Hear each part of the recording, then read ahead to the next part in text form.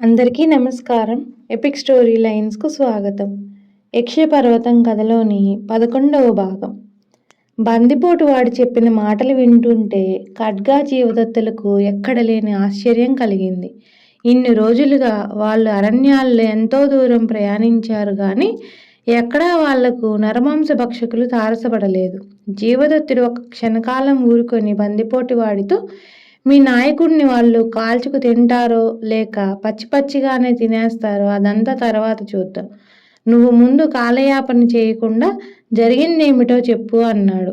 అయ్యా, మేం పెందరాలే అరణ్యానికి వేటకపోయి అదృష్టం కొద్దీ ఒక లేడి దొరకగా దాన్ని చంపి ఇళ్లకు తిరిగి వస్తున్నాం. దారిలో ఒక చోట పులిగాండ్రింపు ఒక మనిషి కేక పెట్టిన ధ్వని వినిపించింది. మేం ముగ్గురం అటుకేసి వెళ్ళాం.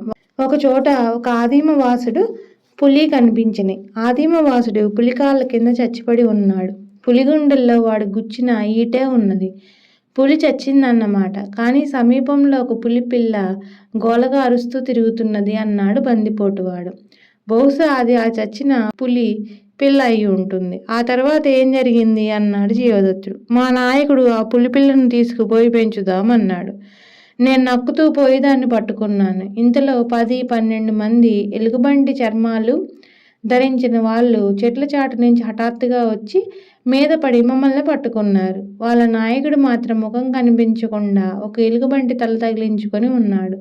వాడు నన్ను చూసి తన అనుచరులతో, ఒరే, వీడు పులిపిల్లను చాలా ఒడువుగా పట్టాడు. తెలివి సాహసం ఉన్నవాడిలా కనిపిస్తున్నాడు. మనలో కలుపుకుందాం. ఎలుగు చర్మాలు కట్టండి అన్నాడు. ఆ వెంటనే వాడు అనుచరులిద్దరూ 4 ఎలుగు చర్మాలు కట్టారు. మా నాయకుడికి దొరికిన నాతోటి వాడికి మాత్రం చేతులకు తాళ్ళు కట్టి నన్ను పులిపిల్లతో వెంటరమ్మన్నారు. నేను బందిపోటు వాడి మాటలకు అడ్డొస్తూ, జీవదత్తుడు, నువ్వు అదృష్టవంతుడివిరా. పారిపోకుండా వాళ్ళతోనే ఉన్నట్టయితే ఏదో ఒకనాడు ఆ ఆదిమవాసులకు నాయకుడు అయ్యేవాడివి అన్నాడు. ఆ మాటలు ఖడ్గవర్మతో పాటు స్వర్ణాచారి పక్కన ఉన్న వాళ్ళంతా పెద్దగా నవ్వారు.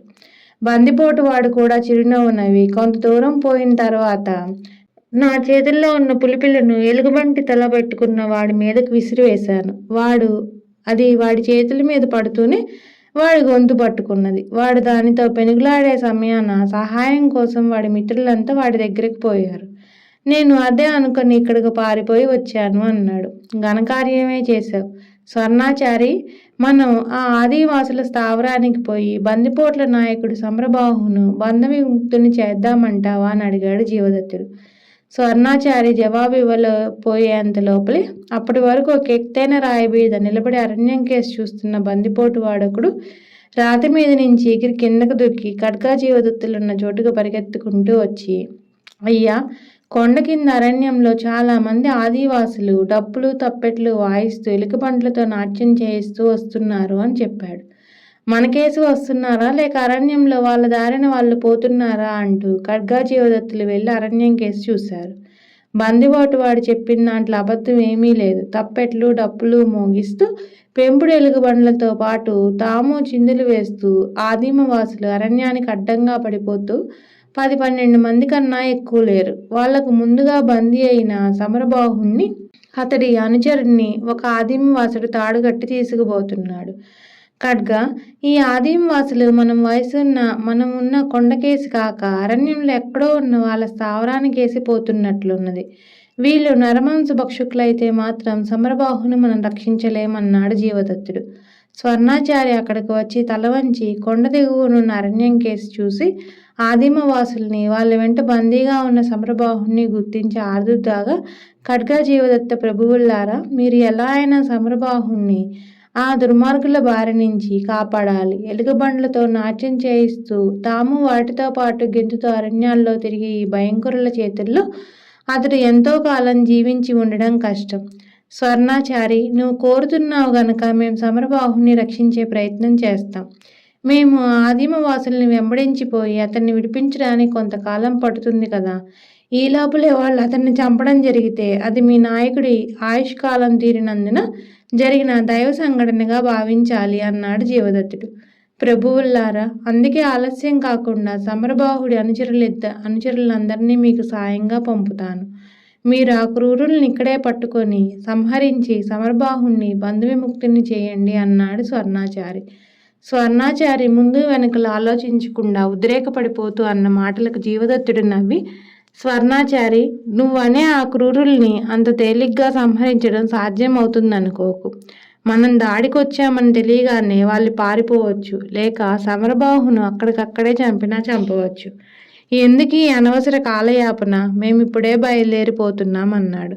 ఆ తర్వాత ఖడ్గా జీవదత్తులు కొండదిగి అరణ్యంలో ప్రవేశించారు. వాళ్లకు ముందు పోతున్న ఆదిమవాసుల కంటికి కనిపించకపోయినా వాళ్ళ తప్పెట్లు, కొమ్ము బూరెలు ఊదుతూ చేస్తున్న గోలా మాత్రం వినిపిస్తూనే ఉన్నది. ఒక పావుగంట కాలం ఖడ్గా జీవదత్తులు సాధ్యమైనంత వేగంగా నడుస్తూ ఆదిమవాసులను కలుసుకొని హఠాత్తుగా వాళ్ళని వెనక నుంచి బాణాలతో కొట్టి చెల్లాచెదురు చేయాలని ప్రయత్నించారు. కానీ వాళ్ళు అరణ్య వృక్షాల చాటుని ఇప్పుడు కనపడి అంతలోనే కనపడకుండా మాయం కాసాగారు.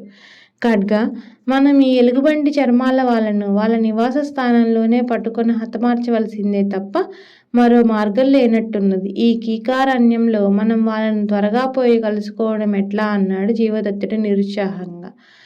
ఖడ్గవర్మ ఏదో జవాబివ్వబోయే అంతవరకు దూరంగా వినపడుతున్న తప్పెట్లు, డప్పుల మూతలు హఠాత్తుగా ఆగిపోయినాయి. అరణ్య ప్రాంతమంతా ఒక్కసారిగా నిశ్శబ్దమైపోయింది. ఖడ్గా, ఏం జరిగి ఉంటుంది? ఆదిమవాసులందరినీ ఒక్కసారిగా ఏ రాక్షసుడో పట్టుకొని మింగలేదు కదా అన్నాడు జీవదత్తుడు ఆశ్చర్యపోతూ.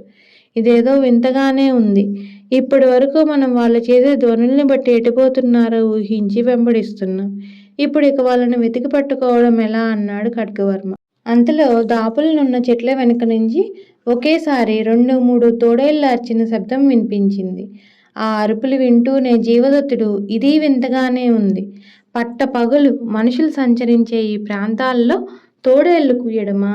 అందుకేదో కారణం ఉండి ఉంటుంది, పద చూద్దామంటూ గుబుర్ల చెట్లకేసి దారితీశాడు. ఖడ్గా జీవదత్తులు చెట్లను సమీపించి నేలబారుగా ఉన్న వాటి కొమ్ముల చాటున నిలబడి ముందుకు చూశారు. అక్కడ చాలా విశాలమైన పంట పొలం ఒకటి కనిపించింది.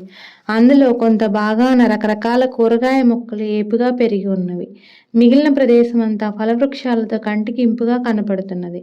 కానీ ఖడ్గా జీవదత్తుల దృష్టిని మాత్రం ఇవేమీ అంతగా ఆకర్షించలేదు. వాళ్ళు అక్కడ పళ్ళ చెట్లకు, కూర పొదలకు నీళ్లు తెచ్చిపోస్తున్న 4 అనాగరిక మనుషుల్ని, చెట్ల కింద తోడేళ్లను పెట్టుకుని కూర్చున్న 2 ఎలుగుబంటి చర్మాలు ధరించిన వాళ్ళను చూసి చాలా వింతపడ్డారు.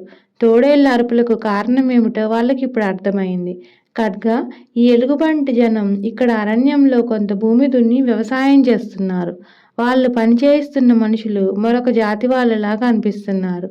వాళ్ళు వీళ్లకు బానిసలై ఉంటారు అన్నాడు జీవదత్తుడు.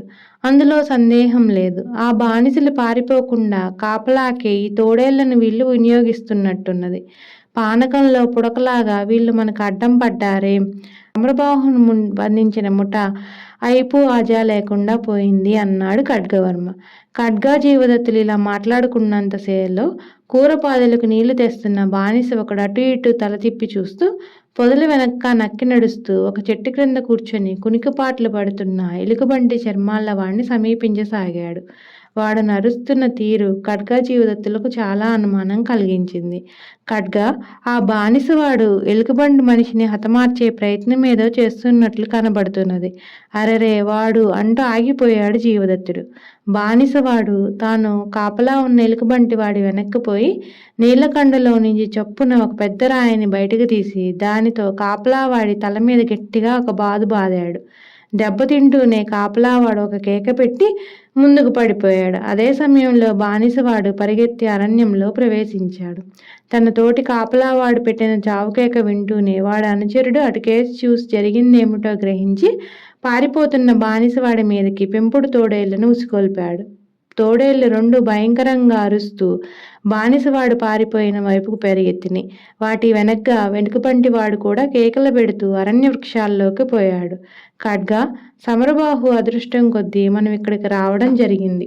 పారిపోకుండా ఇక్కడ ఉన్న ఈ 3 బానిసల్ని అడిగి చూస్తే ఎలుగుబంటి వాళ్ళ నివాస స్థానం మనకు తెలిసిపోతుంది అంటూ జీవదత్తుడు చెట్ల చాటు నుంచి బయటకు వచ్చి కూరపాదుల మధ్య నిలబడి దిక్కులు చూస్తున్న వాళ్ళను కేకవేసి పిలిచాడు. ఆ కేక వింటూనే బానిస వాళ్ళు అదిరిపడి జీవదత్తుడి కేసు చూశారు. పక్కనే ఉన్న ఖడ్గవర్మ వాళ్ళని దగ్గరికి రమ్మన్నట్టుగా చేయెత్తి సాంగ్ని చేశాడు. ఆ మరుక్షణం బానిసలు ముగ్గురు కూడబలుక్కున్నట్టు చప్పున వెనుదిరిగి అరణ్యంలోకి పరిగెత్తారు. జీవదత్తుడు పెద్దగా నవ్వుతూ, ఖడ్గ, మనం దారి తప్పి మతిమాలిన మనుషుల మధ్యకు వచ్చినట్టుంది. తమను కాపలా కాసేవాడు పారిపోతున్న బానిసవాడి వెంట అరణ్యంలోకి పోయినా ఇంకా ఈ ముగ్గురు బానిసలు ఏం జరగనట్టు కూరపాదలకు నీళ్లు పోస్తూనే ఉన్నారు. కానీ మనల్ని చూస్తూనే దెయ్యాలను చూసినట్టు పారిపోయారు అన్నాడు. ఇప్పుడు మనం ఏం చేసేటట్టు? పారిపోయిన బానిసవాడి వెంటపడిన పెంపుడు తోడేళ్ల అరుపులు వినబడుతున్నవా? పద, అరణ్యంలోకి పోతే సమరబాహుణ్ణి పట్టుకుపోతున్న ఎలుగుబంటు ముఠా కనబడుతుందేమో అన్నాడు ఖడ్గవర్మ. ఖడ్గజీవదత్తులు తిరిగి అరణ్యంలోకి వచ్చారు.